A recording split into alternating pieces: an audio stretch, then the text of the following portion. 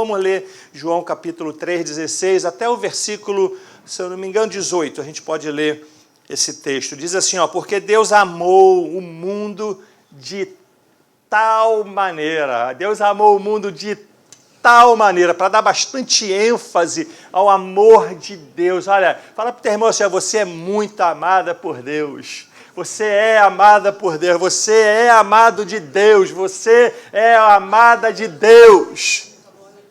Ele te amou de tal maneira que deu seu Filho unigênito para que todo aquele que nele crê não pereça, mas tenha a vida eterna. Porque Deus, em versículo 17, porque Deus enviou seu Filho ao mundo, não para que condenasse o mundo, mas para que o mundo fosse salvo por ele. Quem crê nele não é condenado, mas quem não crê já está condenado, porquanto não crê no nome do unigênito Filho de Deus. Amém, amados? Fala que Deus amou, esse amor aqui é um amor, ele é incondicional, um amor ágape, um amor incondicional. Ele olhou para a sua vida e te amou de tal maneira, ele dá o Filho dele para que nele, todo aquele que nele crê não pereça. E esse não pereça aí está direcionado a uma eternidade sem Deus. Você tem ideia disso? Olha, Jesus veio com uma missão para salvar, e quem não crê na missão dele, claramente aqui, ó, a missão é para salvar, mas quem não crê na missão dele vai perecer numa eternidade sem Deus. Você tem ideia disso? Uma eternidade sem Deus. Não estou falando de passar um tempo em um local ruim, não. É passar uma eternidade. Não é um local temporário, não, que estão aí, tem alguns ensinamentos temporários, não. É um local eterno sem Deus. E aqui a missão de Jesus é claramente de que ele veio para salvar as pessoas. Veio para salvar as nossas vidas. E quem crê nele não é condenado. Nós precisamos aprender a crer em Jesus como Senhor e Salvador das nossas vidas. Ele veio para salvar, mas para ser Senhor também nas nossas vidas. Ser Senhor é nós passamos o controle para Ele, das nossas vidas. Nós vivemos para Ele. E Ele veio com essa missão, e olha, como eu falei que Ele foi missionário, você pode confirmar isso, que Ele é missionário, lá em Filipenses capítulo 2, versículo 6 até o versículo 8, fala assim, ó, que sendo em forma de Deus, não teve por usurpação ser igual a Deus, mas esvaziou-se a si mesmo, tomando a forma de servo, fazendo-se semelhante aos homens. E achado na forma de homem, humilhou-se a si mesmo, sendo obediente até a morte de cruz. A missão de Jesus era salvar, mas ela tinha um alvo que era a cruz. Para que se cumprisse esse projeto de Deus da salvação, precisava ser concretizado lá, chegar até a cruz. E fala que Jesus foi obediente na missão dele até a cruz, até a morte da cruz. E a gente precisa, o local, ele tinha um endereço, é uma missão difícil, né? Não é fácil, imagina ninguém aqui, acho que ninguém, se eu falo para você, assim, o teu filho vai ser enviado para uma missão, né, e olha, esquece, ele vai morrer. Quem enviaria o filho aqui para essa missão? Hã? Alguém enviaria aqui? Hã? Ninguém. Ninguém enviaria. Você enviaria, pastor Márcio?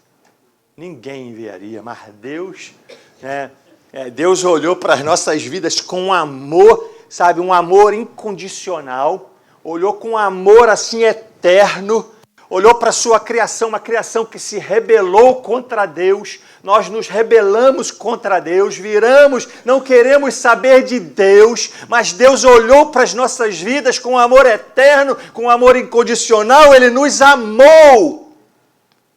Ainda enviou o seu Filho para morrer por nós. Então, aí dá para você entender quanto amor Deus tem para a sua vida, o quanto você é importante.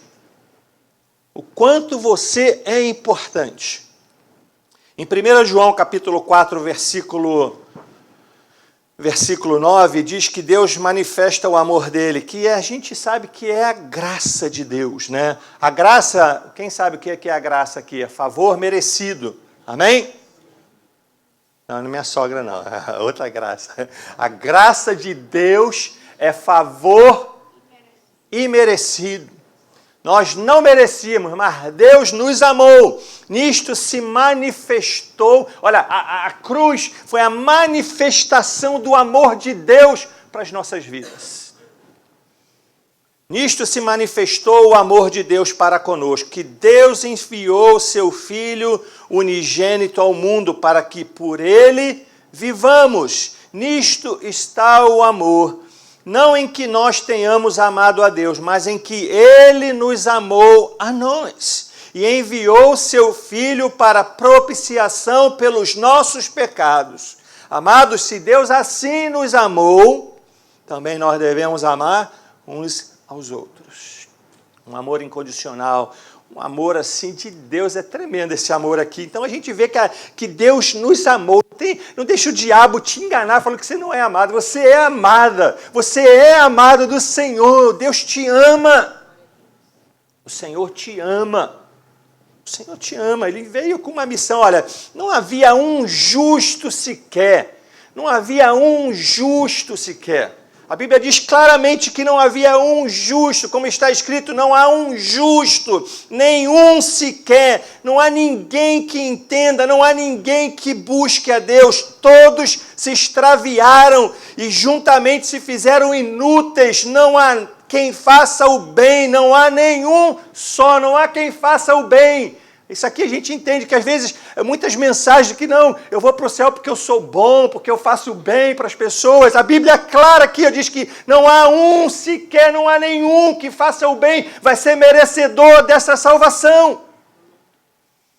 Nenhum, não há um que faça o bem. Todos estão perdidos. A salvação na Bíblia é pela graça. É pela graça. Por mais que você seja bonzinho, e a gente deve ser bom, mas não é para ser merecedor da salvação. Claramente na Bíblia diz, salvação é pela graça, é a gente entender o amor de Deus, entender que eu não merecia, é olhar para a minha vida e falar, Senhor, eu não sou digno de receber, mas eu recebo esse amor, eu recebo essa mensagem, eu recebo esta vitória na cruz. Estávamos todos mortos em nossos delitos e pecados, estávamos na prática do pecado, a nossa caminhada era de verdade para a eternidade sem Deus. O nosso destino era uma perdição eterna. E diz que em Efésios 2:1, ele vos vivificou, estando vós mortos nos vossos delitos e pecados. Nós estávamos ainda vivos, estamos vivos ainda. Muitos que ainda não receberam a Cristo no seu coração, caminha como vivo, mas morto espiritual. O destino é uma eternidade sem Deus. Há 2 semanas atrás, ou 3, não me lembro bem, a gente pregou, falei que eu fui até o cemitério. É uma eternidade, gente. Não é um tempo curto, não, gente. A morte é também real, né? Ninguém pode negar isso. A gente, se não se arrepende, se não entrega a sua vida, se não reconhece que é pecador e que precisamos, a perdição é fato, como nós lemos em João capítulo 3, versículo 16. E a oportunidade, gente, a oportunidade, enquanto estamos vivos, a oportunidade. Tem alguém aqui morto aqui? Não, ninguém, está todo mundo respirando aqui. Você respira, dá uma respirada aí. É o tempo da oportunidade. É o tempo da oportunidade. Você está vivendo o tempo da oportunidade na sua vida. Deus está deixando você viver para você tomar a decisão. Depois, não tem mais jeito. Depois, não adianta acender velhinha, fazer missa, fazer isso, fazer aquilo. Ó, não tem mais jeito. Segundo a Bíblia, não tem mais jeito. O homem quer criar caminhos, alternativas para poder ajudar, para satisfazer a nossa vontade, não o que a Bíblia diz, submeter a palavra de Deus, é muito claro, nós precisamos tomar uma decisão enquanto estamos vivos, porque isso é uma prova, a morte lá, Jesus veio com essa missão para morrer na cruz, e é uma prova de amor de Deus para as nossas vidas. Romanos capítulo 5, versículo 8, fala assim, olha, mas Deus prova o seu amor para conosco, em que Cristo morreu por nós, sendo nós ainda pecadores. Deus ainda prova o amor dele. Gente, se fosse morrer por alguma... Eu falo assim, na nossa visão humana, morrer por alguma coisa que presta, a gente fala, vale a pena. Mas aqui vê claramente que está morrendo por pecadores, pessoas que não tinham nada para oferecer. Isso é prova de amor, e ele tem aqui, ó, Deus com cuidado de querer mostrar o amor dele para as nossas vidas. Eu queria que, não sei se você anotou, Guilherme, Isaías 53, versículo 4 e 7, é um texto muito conhecido, Isaías 53. Porque quem merecia estar na cruz? Hã? Quem? Nós. Amém? Vamos falar um pouquinho mais forte, porque... Quem merecia estar na cruz? Porque parece que não está muito convencido, não. Acho que... Não, Jesus mesmo. Não, é o irmão. Então vamos falar assim, não, é o irmão que você precisava estar na cruz. Hã? A Elisângela. Nós precisamos... E teria sido feita justiça de Deus. Teria sido feita justiça de Deus. Mas... Deus nos amou, Ele tomou... Aí, vamos ler aqui, ó. Verdadeiramente, Ele tomou sobre si as nossas enfermidades e as nossas dores levou sobre si. E nós o reputamos por aflito, ferido de Deus e oprimido. Versículo 5. Mas ele foi ferido pelas nossas transgressões e moído pelas nossas iniquidades. O castigo que nos traz a paz estava sobre ele, e pelas suas pisaduras fomos sarados. Versículo 6. Todos nós andávamos desgarrados como ovelhas, cada um se desviava pelo seu caminho, mas o Senhor fez cair sobre ele a iniquidade de nós todos. Versículo 7. Ele foi oprimido, mas não abriu a boca. Como um cordeiro foi levado ao matadouro, e como ovelha muda perante os seus tosqueadores, ele não abriu a boca. Aleluia! Amém, gente? Olha, nós temos motivo, gente. Jesus tomou, olha, de verdade, quem merecia estar na cruz ali, seria a gente, com certeza. Teria sido feito justiça de Deus. Justiça, mas Deus amou o mundo de tal maneira que deu o seu Filho. Ele veio com uma missão de ser sacrificado como cordeiro. Ele foi sacrificado por amor à minha vida. Tem uma canção, ele pensava em mim, ele pensava em nós. Lá na cruz, ele pensava em nós. O preço do pagamento do sacrifício foi o derramamento do sangue. Olha, a Bíblia diz que Deus é dono de todo o ouro e toda a prata. Ele podia, eu sou o dono de tudo. Podia, não, eu criei, é meu, mas ele foi cumprir, porque sem derramamento de sangue não há remissão de pecado. Foi vida por vida. Ele deu a sua vida pelas nossas vidas. Ele pagou com um alto preço o derramamento do seu sangue. 1 Pedro 1,18 explica claramente isso, sabendo que não foi com coisas corruptíveis, como prata ou ouro, que fostes resgatados da vossa vã maneira de viver, que por tradição recebeste dos vossos pais, mas com o precioso sangue, como de um cordeiro sem defeito e sem mancha, o sangue de Cristo, o preço do pagamento pelo resgate da sua vida, foi o sangue.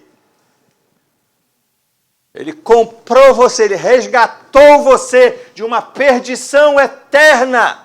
É a oportunidade, gente, de recebermos e de podermos entrar no Santo dos Santos. A gente só precisa tomar a decisão. Uma vez eu pregando para uma muçulmana, e ela se converteu, mas vem com a mentalidade, sabe, da religião dela, de que precisava fazer alguma coisa, eu preciso fazer algo, eu precisava. Foi criada toda a vida precisando fazer coisas para poder agradar a Allah. E quando nós pregamos a mensagem da cruz, quando nós pregamos que Jesus fez, quando nós pregamos que, sabe, que Jesus pagou lá na cruz, ela me perguntou, o que eu preciso fazer? Eu falei, você só precisa crer e receber no seu coração. Aí ela, só isso? Não preciso fazer nada? Não preciso, sabe, fazer isso ou aquilo para poder ser merecedor disso? Eu falei, não. É só crer no teu coração. Você crê? Ela, creio. E ela creu, ela e o marido dela. Eu me lembro daquele dia lá no quartinho, lá, eles chorando e receberam o Espírito de Deus tocando na vida deles. Eles creram, porque a graça de Deus, favor imerecido, nós não somos merecedores, mas o Senhor nos amou com amor eterno. E Ele foi na cruz por nossas vidas. Por nossas vidas Ele foi, Ele pensava em mim, Ele pensava em você. Pensava em nós, lá na cruz. Precisamos simplesmente tomar a decisão em nossas vidas. E eu digo para você que é a melhor decisão. É a melhor decisão da sua vida. É a melhor decisão, porque você vai passar a ser mais que vencedores. Aquela batalha ali que Jesus venceu o pecado, venceu a morte para as nossas vidas, nós passamos a ser mais que vencedores. É o melhor título que nós podemos receber. É o melhor, mais que vencedores. É a melhor decisão. E como eu falei, não podemos deixar para amanhã. Hoje é o dia da sua decisão por Cristo. Romanos capítulo 10, versículo 9 fala assim, porque se com a tua boca confessares a Jesus como Senhor e em teu coração creres que Deus o ressuscitou dentre os mortos, o que acontece? Serás salvo. Serás salvo. Se com a tua boca confessares a Jesus como Senhor, lembra que eu falei, não só Salvador, mas Senhor, entregar a sua vida para Ele, e em teu coração credes que Deus o ressuscitou dentre os mortos, será salvo. Uma eternidade com Deus. Olha, gente, a eternidade com Deus. Efésios 2, 8 fala assim, olha, porque pela graça sois salvos. Pela graça nós somos salvos, favor imerecido. O armeniano fala que é para todos, né? A gente sabe, o calvinista crê que somente os que foram predestinados para a salvação. Nós, particularmente aqui, cremos que a salvação está disponível para todos. Basta você crer. E o meio, por meio da fé, é uma decisão. Você precisa crer no teu coração. Isto não vem de vós, é dom de Deus. Abra o teu coração. Abra o teu coração. Deixa o Espírito Santo de Deus falar o teu coração.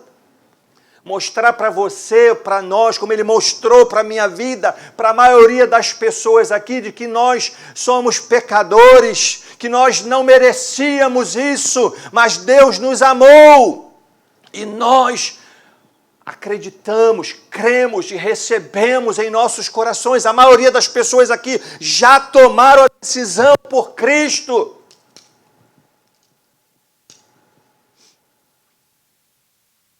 A gente precisa tomar essa decisão enquanto vive, porque depois não tem mais jeito.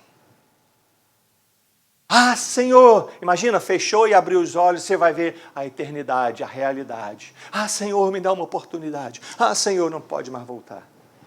Você imagina isso? Eu fico imaginando isso. Hoje é um culto de missões, isso nos chama uma responsabilidade, a gente pregar a palavra de Deus para as pessoas. A gente pregar, porque a gente está falando de eternidade. Né? Eternidade, às vezes, nossos ou filhos, ou irmãos, ou parentes. Como eu sempre falo em todo culto de missões, só 2% das pessoas pregam o Evangelho. Só 2% das pessoas estão, de repente, preocupados com o vizinho que não conhece o Senhor, ou está preocupado, de repente, com um primo, ou com um tio, ou com um pai, ou com um filho, ou com um irmão, ou com a esposa. Só 2% das pessoas têm essa preocupação de pregar aquilo que Jesus mandou que nós fizéssemos. É muito importante a gente, sabe, entender isso, que é questão de eternidade. Eternidade. Vai determinar a eternidade da pessoa. Porque, olha, se não existisse a eternidade, Jesus não precisaria vir. Se a salvação fosse por obras, Jesus não precisaria vir, verdade? Podia levantar homens bons que fazem boas coisas e poderiam ser merecedores da salvação, mas Jesus veio porque existe uma eternidade e porque precisamos crer, porque alguém deveria ser o sacrifício, deveria ser um cordeiro puro, sem pecado. Ele não pecou. A eternidade, ela é real. Purgatório não existe na Bíblia. Reencarnação não existe na Bíblia. O fim da existência, Jesus pregou mais do inferno, que é do próprio céu. Ele alertou mais na questão da realidade do inferno, porque o inferno é um local real. E muitos ainda, para tentar, não, o inferno é aqui. Deixa um guardanapozinho, por favor, né? Não sei se o ar-condicionado está desligado, mas... Tem alguém com calor aqui, não? O inferno, também começou a falar de inferno, esquentou, né, meu? Misericórdia. Mas o inferno é um local real. Obrigado, meu irmão. Todas essas mensagens, purgatório, reencarnação, contrário a João 3,16. Jesus veio para salvar, para que nós não fôssemos para esse lugar, que é real. Lucas capítulo 16, veio a morrer o mendigo, versículo 22, e foi levado pelos anjos para o seio de Abraão. Morreu também o rico e foi sepultado. E no Hades ergueu os olhos, estando em tormento, viu ao longe a Abraão e a Lázaro no seu seio, no paraíso. Marcos 9, versículo 44, fala onde o seu verme não morre e o fogo não se apaga. Fala de um local real. Eu poderia convidar até o pastor Márcio para contar o testemunho dele aqui de inferno, mas senão a gente vai acabar amanhã. Né? O testemunho dele é grande, mas uma experiência real de inferno. O pastor Márcio está aqui, ó. Faz aqui, pastor Márcio. Você tem o testemunho aqui, ó, de inferno. Verdade ou não? Real, o inferno é real. Nós devemos sim estar preocupados em fazer sim, cumprir, sabe, de pregar a palavra para as pessoas. De pregar, de orar pelas pessoas. Porque fora de Cristo não existe salvação. Atos capítulo 4, versículo 2, você pode ler lá. Somente em Cristo a salvação. Somente em Cristo a salvação. Como o inferno é real, o céu também é real. Jesus fala mesmo no seu texto, lá em João capítulo 14, versículo 2. Ele fala assim, na casa de meu pai há muitas moradas. Se não fosse assim, eu vou teria dito, vou preparar-vos lugar. E se eu for e vos preparar lugar, virei outra vez. Ele já anuncia que ele vai voltar e vos tomarei para mim mesmo, para que onde eu estiver, estejais vós também. Fala de um local eterno nos céus. Um local eterno com Deus. Nós precisamos entender isso. Se você ainda não fez, pense bem nisso. Deixa o Espírito de Deus falar ao teu coração. Não tenha vergonha disso, não. Porque é a eternidade, você vai ficar preocupado. Aí você vai diante de Deus. Eu não tomei essa decisão, Senhor, porque eu estava com vergonha do meu vizinho, da pessoa que estava ao meu lado. Eternidade é algo entre você e Deus. É que o plano de Deus foi para salvar a sua vida. Mas nós não podemos resistir à ação do Espírito de Deus em nossas vidas. Porque isso é uma obra do Espírito Santo, aquele que convence do pecado, da justiça e do juízo. Porque isso é real. Isso é real. Nós, como crentes, e que já tomamos essa decisão, temos essa responsabilidade, hoje é culto de missões, e parar para refletir, né? Será que você tem obedecido à grande comissão, o que Jesus determinou que nós fizéssemos? Ou, como dia de ações de graça, nós estamos mais preocupados com as coisas dessa terra do que com as coisas celestiais? A Bíblia fala para juntar tesouro na terra. Amém? Não, juntar tesouro aonde? Nos céus. Mas nós vamos no fluxo, assim, no movimento no mundo de que precisamos ter mais e mais. Não tem nenhum problema ser rico, ser próspero, não tem nenhum problema. A Bíblia também não tem nenhum problema com isso. Mas não deve ser o nosso alvo. Nós somos agentes de Deus. Precisamos assumir, agora falo para crente, a nossa identidade em Cristo. Se é que de verdade você nasceu de novo, porque João 3 está falando como Jesus está conversando com Nicodemos e falando de que é necessário nascer de novo, né? E ele vai falando ali, e Paulo lá em 2 Coríntios, capítulo 5, versículo 17, fala assim que se alguém está em Cristo, nova criatura é. Você experimentou a salvação, você nasceu de novo, a sua identidade é como uma nova criatura, e as coisas velhas já passaram, e eis que tudo se fez novo. E tudo isto provém de Deus, que nos reconciliou consigo mesmo por Jesus Cristo. A gente já vê aqui o resultado da vitória da cruz por nossas vidas. E fala, e nos deu o ministério de reconciliação. Nós temos uma responsabilidade. Como servos de Deus, como nova criatura, nós precisamos assumir a nossa identidade cristã, né, de imitadores de Cristo. E fala assim, isto é, que Deus estava em Cristo reconciliando consigo o mundo, não lhes imputando os seus pecados, e pôs em nós a palavra da reconciliação.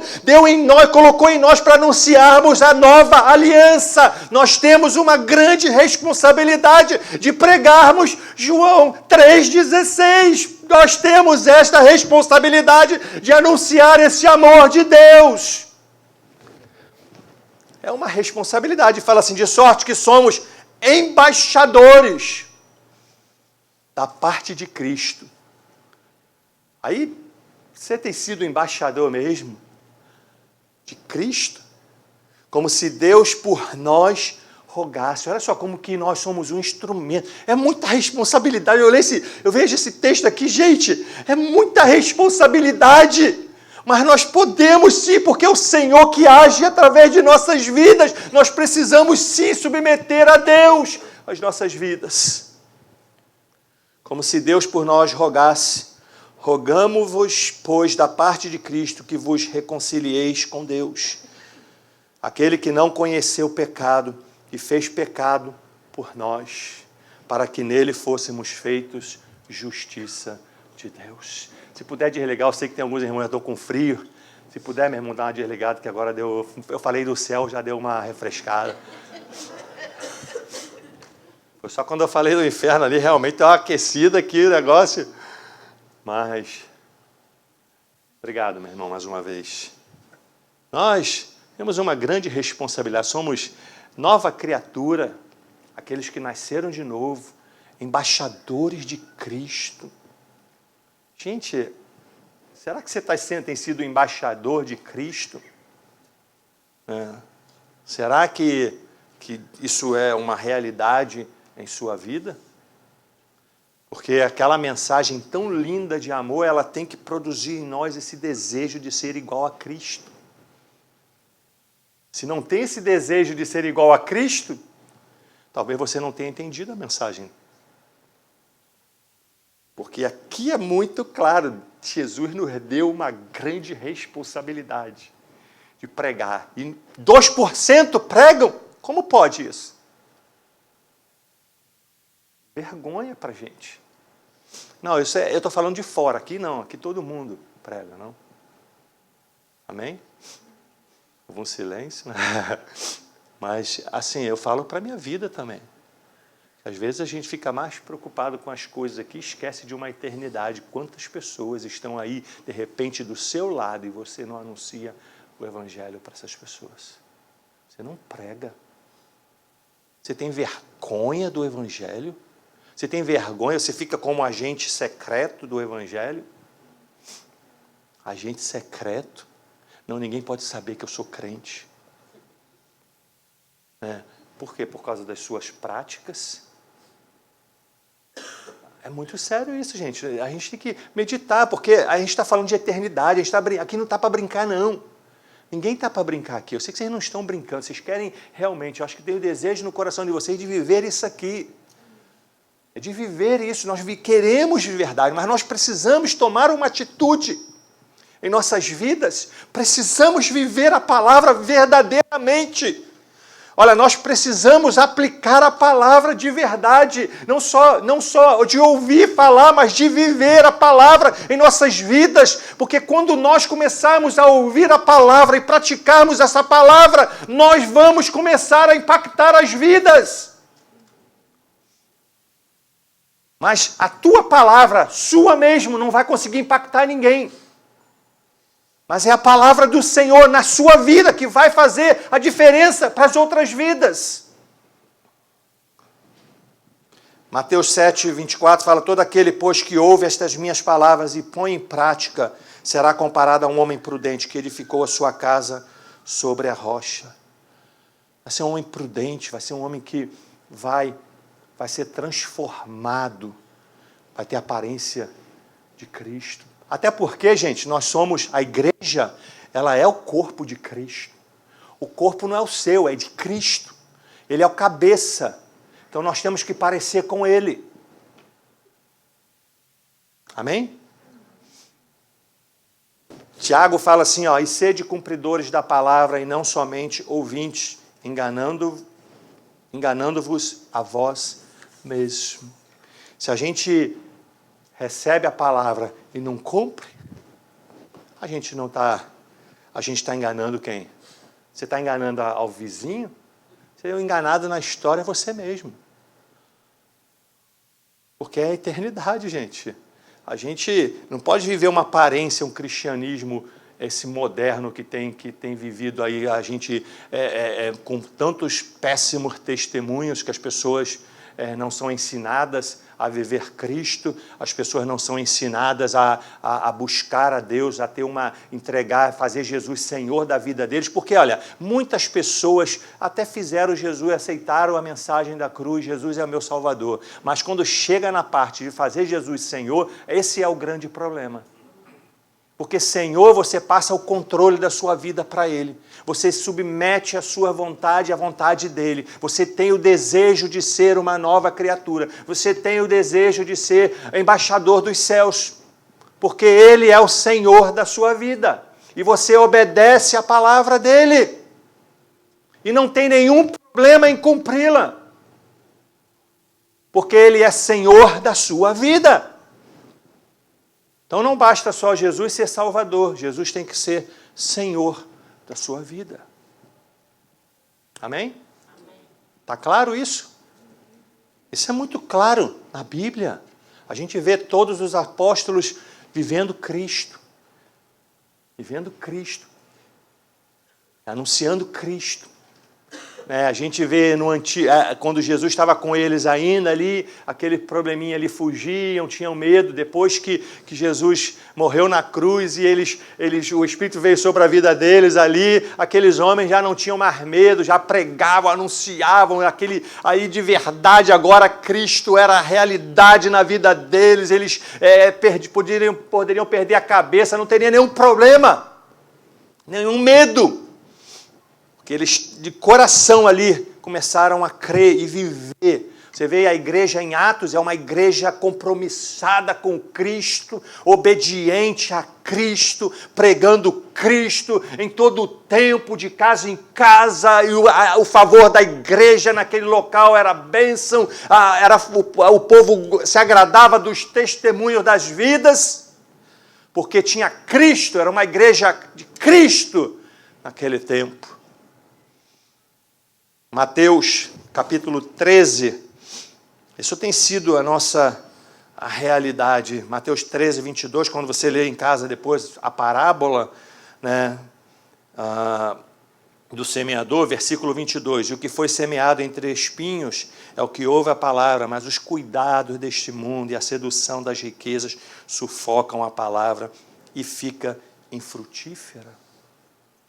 Mas o que foi semeado em boa terra é o que ouve e compreende a palavra e dá fruto e produz 100, outro 60 e outro 30.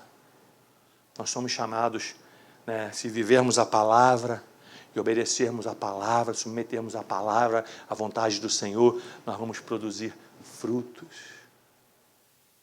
Frutos para o reino. Isso deve ser um desejo, não só para hoje, não só para esse momento, mas deve ser um desejo até a volta de Jesus. Nós temos uma grande responsabilidade, a mensagem da cruz, os anjos queriam pregar, mas foi escolhido você para pregar.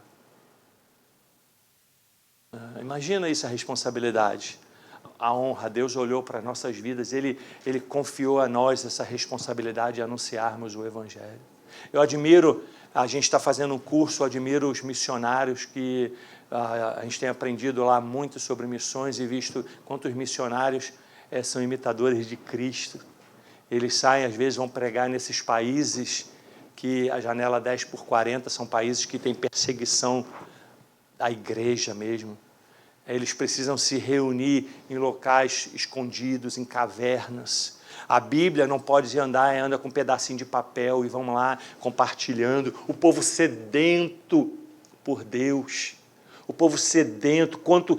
Imagina, às vezes a gente tem 10, 15, tem Bíblia eletrônica, iPad, iPod, tem tudo.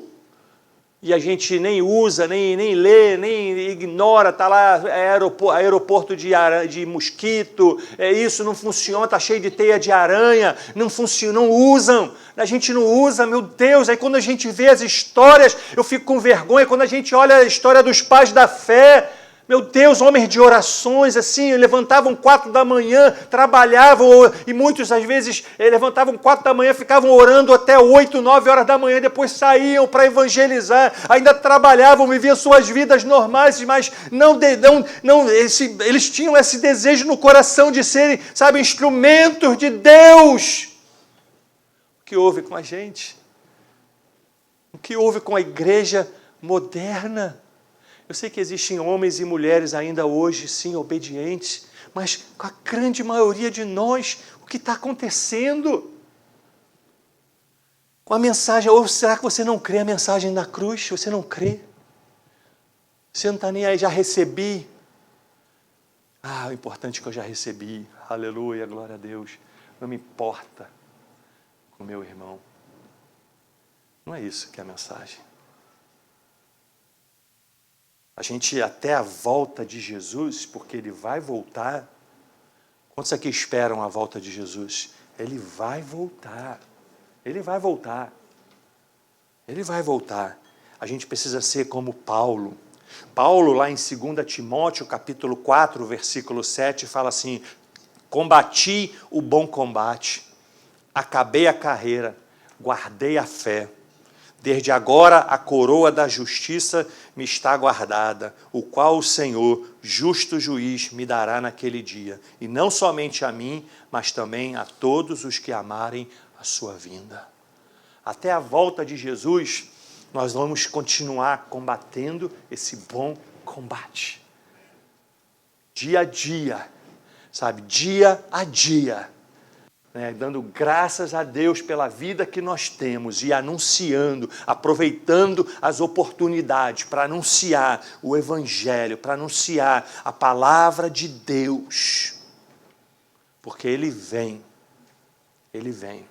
Apocalipse capítulo 22, versículo 17, diz assim: e o Espírito e a noiva dizem, vem. E quem ouve, diga, vem. E quem tem sede, venha. E quem quiser, receba de graça a água da vida.